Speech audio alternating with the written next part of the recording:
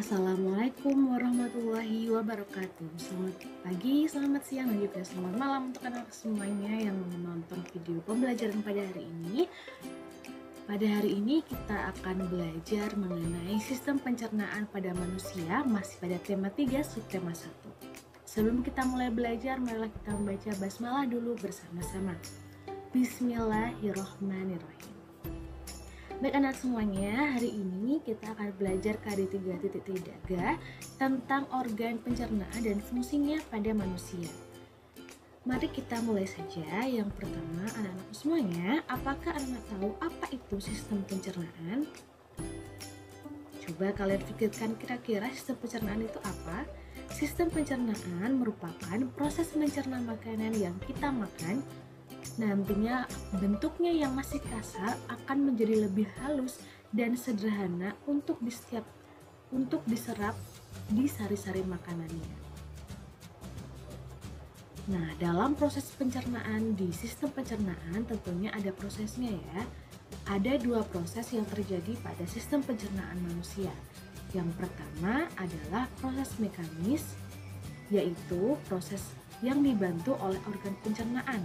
Biasanya dibantu pada bagian mulut dan juga lambung. Yang kedua ada proses pencernaan kimiawi. Nah, bedanya pada proses pencernaan kimiawi ini melibatkan enzim-enzim pencernaan atau asam ya. Nah, biasanya terjadi di mulut, lambung, dan juga usus. Jadi kalau pencernaan mekanis itu dia dibantu oleh organ pencernaan kita, sedangkan untuk pencernaan kimiawi itu melibatkan unsur lain, misalkan enzim seperti itu. Nah, seperti apa sistem pencernaan manusia itu? Ini dia anak-anak semuanya. Pada sistem pencernaan manusia dimulai dari mulut. Ketika kita mengunyah ya, di mulut masuk ke kerongkongan, kemudian ke lambung, dari lambung ke usus halus, kemudian menuju usus besar, dan terakhir kita mengeluarkan sisa makanan melalui anus, seperti itu. Nah, untuk urutannya seperti apa? Untuk urutan sistem pencernaan manusia itu, yang pertama tadi kita makanan yang kita makan itu masuk ke mulut. Di mulut nanti dibantu oleh gigi, lidah, dan juga air liur. Kemudian yang kedua, makanan akan masuk ke kerongkongan ya. Makanan masuk ke kerongkongan atau esofagus. Selanjutnya dari esofagus masuk ke lambung ya, masuk di lambung makanannya. Selanjutnya makanan akan masuk ke usus halus. Nah, usus halus yang ini dan yang kemudian akan masuk dari sisa-sisa yang sudah diserap di usus halus akan masuk di usus besar. Nanti di usus besar itu ini usus besar, dan yang terakhir akan dibuang sisa-sisa makanannya menuju anus, seperti itu. Jadi ketika kanan ABAB itu adalah proses pengeluaran sisa-sisa makanan yang sudah diserap oleh seluruh tubuh. Selanjutnya, bagaimana proses pencernaan makanan pada manusia bisa terjadi? Yang pertama, makanan tadi yang kalian makan selama ini, kalau kalian sarapan, makan siang, atau makan malam, itu menuju mulut ya. Di mulut kalian kunyah dengan gigi, baik itu gigi geraham, gigi taring, seperti itu. Kemudian nanti juga dibantu gerakannya dibantu oleh lidah, dan juga nanti ada bantuan dari kelenjar ludah juga. Selanjutnya makanan akan masuk ditelan ke kerongkongan. Nah, di kerongkongan ini terjadi gerak peristaltik, di mana makanan didorong oleh kerongkongan untuk menuju ke lambung. Nah, lambung di sini nih. Makanan yang sudah masuk ke lambung kemudian dicerna lagi dengan bantuan enzim. Kalau sudah dicerna dan dilumatkan lebih lumat lagi, maka akan masuk ke usus halus ya. Di usus halus ini makanan yang sudah halus tadi akan diserap sari-sari makanannya seperti karbohidrat, lemak maupun protein. Selanjutnya nanti makanan yang sudah diserap akan ada sisanya masuk ke bagian usus besar untuk diserap airnya, seperti itu. Dan di usus besar ini nanti ada sebuah bakteri ya untuk membantu kita. Dan yang terakhir nanti sisa makanannya ini akan keluar melalui anus seperti itu. Nah, kita masuk kepada bagian yang kedua. Kita akan mengenal fungsi organ pencernaan pada tubuh kita. Yang pertama, rongga mulut. Nah, anak aku semuanya, pada rongga mulut ini terjadi sistem pencernaan secara mekanik karena dibantu oleh beberapa organ tubuh. Di sini ada di rongga mulut itu terdiri dari gigi, ya, gigi kita, kemudian lidah dan juga kelenjar air liur. Nah, gigi kita ini berfungsi untuk mengunyah makanan sehingga menjadi halus. Nah, ini ya, kalau struktur gigi kita ini ada gigi seri, ini gigi seri, kemudian ini gigi taring, di sini gigi taring, dan di belakang ini gigi geraham seperti itu ya. Nah, kalau gigi seri yang di depan ini fungsinya untuk memotong dan menggigit makanan ya, sedangkan gigi taring ini untuk merobek makanan. Dan kalau untuk gigi geraham itu untuk mengunyah makanan. Gigi seri untuk menggigit, gigi taring untuk memotong, dan gigi geraham untuk mengunyah. Sedangkan lidah ini berfungsi untuk mengaduk makanan. Nah, dalam lidah ini ya anak-anakku semuanya kita bisa merasa berbagai rasa, mulai dari rasa asin, manis, asam, dan juga pahit. Itu lidah yang bisa merasakan ya. Kemudian kelenjar air liur atau kelenjar ludah itu berfungsi untuk membasahi dan melumasi makanan sehingga memudahkan untuk pelaksanaan penelanan makanan. Pada kelenjar ludah ini terdapat enzim yang membantu pencernaan pada bagian rongga mulut, yaitu enzim petialin atau enzim amilase seperti itu. Yang kedua adalah organ tubuh kita, yaitu ada kerongkongan atau esofagus. Nah, ini ya bentuknya untuk kerongkongan seperti ini. Nah, ini adalah proses pencernaan di kerongkongan. Tadi makanan yang sudah kita kunyah dari rongga mulut ini akan turun ke kerongkongan. Nah, ini makanan ya. Kerongkongan ini juga merupakan penghubung antara mulut dengan lambung.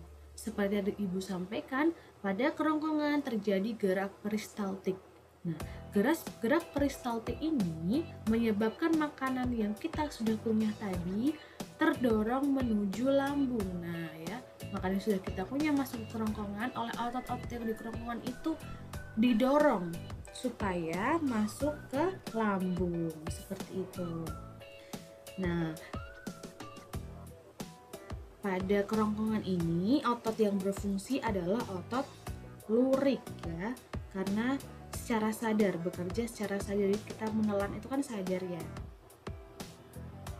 Dan biasanya makanan yang ada pada kerongkongan itu bertahan selama 6 detik saja, seperti itu anak-anak. Kemudian yang ketiga adalah organ lambung atau ventriculus. Nah, lambung ini merupakan kantong besar yang terletak di sebelah kiri. Coba kalian pegang rongga perut kalian, di sebelah kiri itulah tempat lambung ya. Lambung itu berada di sana. Lambung ini terdiri atas 3 bagian, yaitu bagian atas yaitu kardiak, kemudian bagian tengah itu fundus, dan bagian bawahnya ini pilorus seperti itu. Nah, dinding lambung ini juga tersusun atas otot yang melingkar dan memanjang. Dalam lambung ini terdapat otot polos ya, karena tidak sadar kita kerjanya. Dalam lambung, pencernaan akan dicerna secara mekanis dan juga kimiawi. Otot pada lambung akan mengaduk-aduk makanan dan mencampurnya dengan getah lambung. Anak-anakku semuanya, pada getah lambung ini terdapat ada zat HCl atau asam klorida, kemudian ada enzim pepsin dan juga enzim renin. Anak-anak semuanya, jika lambung ini berisi makanan, maka gerak mengaduk ini lebih giat dibandingkan saat lambung dalam keadaan kosong. Mungkin anak-anak pernah merasakan perut terasa sakit dan berbunyi karena perut kalian sedang kosong. Hal itu disebabkan gerak lambung yang sedang mengaduk pada lambung yang kosong. Biasanya makanan akan bertahan di lambung itu 3-4 jam. Tergantung dengan makanan apa yang kita minum. Setelah lebih lumat, makanan yang tadi sudah kita makan akan masuk ke usus halus atau intestinum seperti itu. Nah, pada usus halus ini terdapat 3 tempat, yaitu terdapat 3 bagian ya pada usus halus, yaitu usus 12 jari atau duodenum, kemudian usus kosong atau jejunum, dan juga usus penyerap atau ileum. Nah, fungsi utama pada usus halus ini untuk menyerap sari-sari makanan, dan proses pencernaan pada usus halus ini yang paling panjang karena menyerap sari-sari makanan mulai dari karbohidrat atau glukosa, kemudian lemak, kemudian protein, dan juga ini adalah enzim-enzim yang membantu proses pencernaan atau proses kimiawi yang ada di usus halus ya, seperti enzim amilase, enzim tripsin, dan juga enzim lipase. Kalau enzim lipase ini mengubah amilum atau karbohidrat menjadi maltosa. Kalau tripsin mengubah pepton menjadi amino, dan yang terakhir lipase mengubah lemak menjadi asam lemak. Sebenarnya masih banyak lagi enzim yang membantu di proses pencernaan pada usus halus, namun kita mengenal yang ini dulu. Yang selanjutnya, makanan yang tadi sudah diserap sari-sari makanannya oleh usus halus akan diantarkan menuju usus besar. Nah, pada usus besar ini fungsi utamanya untuk menyerap air, mineral maupun vitamin dari sisa makanan. Nah, pada usus besar terdapat bakteri Escherichia coli yang membantu proses pembusukan sisa makanan menjadi feses. Selain itu, Escherichia coli juga membantu untuk menghasilkan vitamin K dalam pembekuan darah. Usus besar ini terdiri atas bagian ini, usus buntu atau appendix, kemudian bagian mendatar dan juga bagian yang menurun. Nah, yang terakhir masuk ke anus. Bagian anus ya. Selanjutnya adalah anus. Nah, anus ini anak-anak. Anus ini merupakan lubang pembuangan feses dari tubuh. Nah, sebelum dibuang biasanya feses ini ditampung dulu di rektum. Pada rektum ini, kemudian nanti jika kita terasa untuk ke belakang atau ke BAB itu karena adanya sistem kerja otot sfinkter ya, yaitu otot polos dan juga otot lurik seperti itu. Baik anak-anak, untuk hari ini cukup sekian dulu penugasannya. Nanti silakan anak-anak mengerjakan kuisis sesuai dengan link yang sudah dibagikan. Sebelum kita tutup, marilah kita membaca hamdalah dulu bersama-sama. Alhamdulillahirrabbilalamin. Terima kasih, tetap semangat. Ibu guru pamit. Wassalamualaikum warahmatullahi wabarakatuh.